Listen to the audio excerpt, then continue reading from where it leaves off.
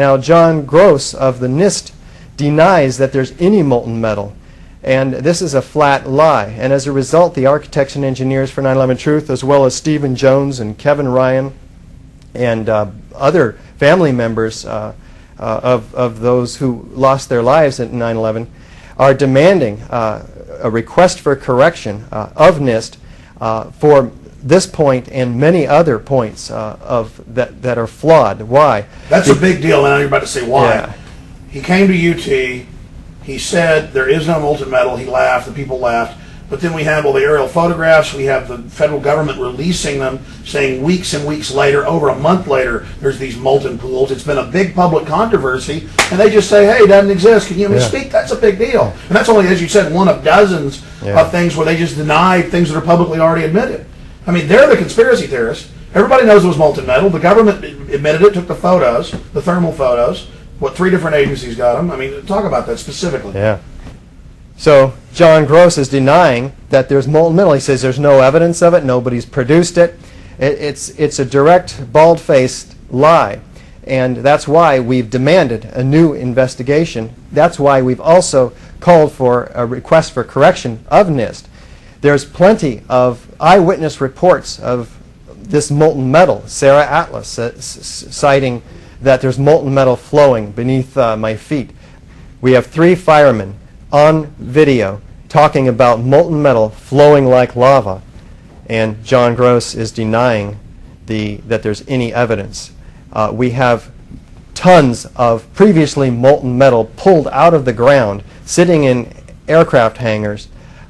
They call them meteorites. There's plenty of evidence previously molten metal, tons of it.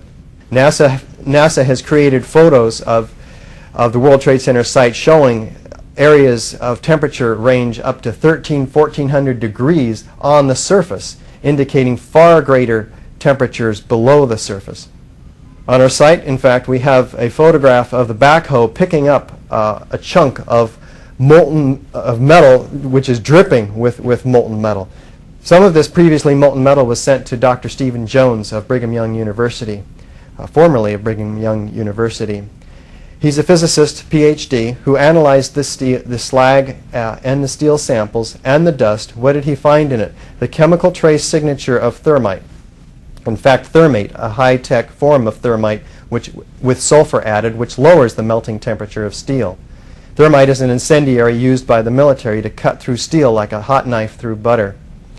What he found was manganese, fluorine, potassium, and other chemicals in the correct proportion that strongly suggest thermite was used.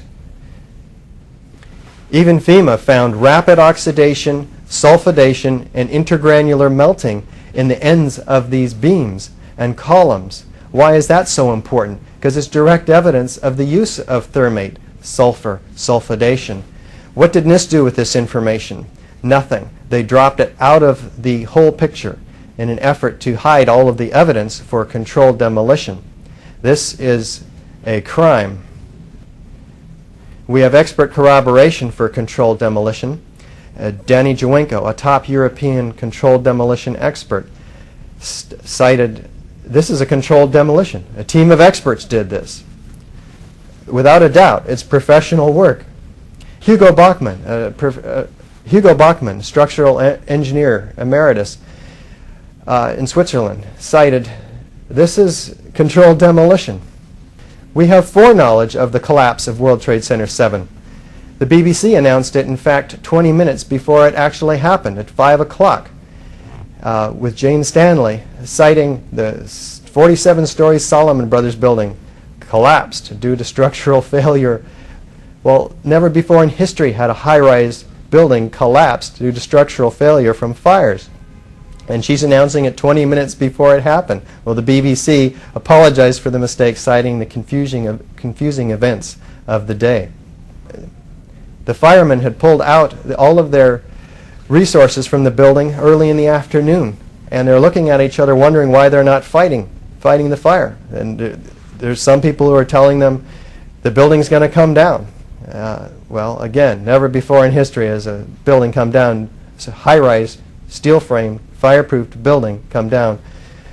And there's hundreds of examples, by the way. For instance, in Caracas, Venezuela, the 56-story building burned for 17 hours over 26 floors. In Los Angeles, 3.5 hours over 5 floors, the First Interstate Bank. In Philadelphia, the Meridian Plaza building burned 18 hours over 8 floors. And in New York, 50-story building, it burned for 6 hours. But these were large, long-lasting, and very hot fires. And every one of those buildings is in use today.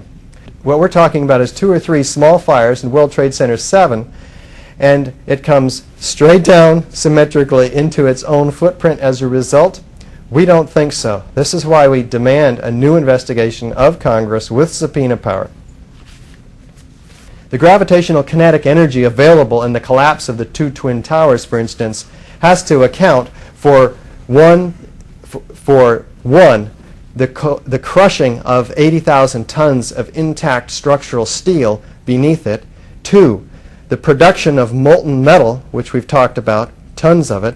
3, the pulverization of concrete to a fine powder ranging from 10 to 100 microns in size, and some gravel. 4, the expansion of the pyroclastic dust clouds to 10 times the volume of the building. Now, the 100,000 kilowatt hour available gravitational potential in each tower cannot account for even one of these, let alone all 3. The collapse of World Trade Center 1 and 2 is quite different. Architects and engineers are not trained with controlled demolition. We have to rely on the so-called experts.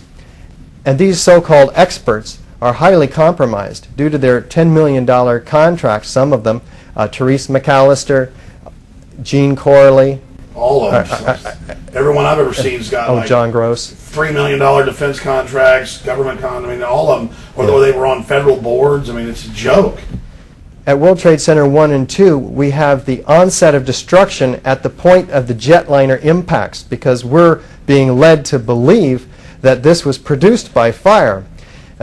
So what we have, instead of a classical controlled demolition of an implosion, we have an explosion where beams and columns are dismembered from each other. These are welded moment frame connections in the core structure of the World Trade Center 1 and 2. They're blown up to 500 feet laterally, impaling themselves in the surrounding windows. There's blast waves that blew out windows 400 feet away. There are bone fragments the size a half an inch, 700 of them found on the Deutsche Bank building across the street, on that building alone. Why are they so small? A gravitational collapse cannot account for that kind of a mechanism.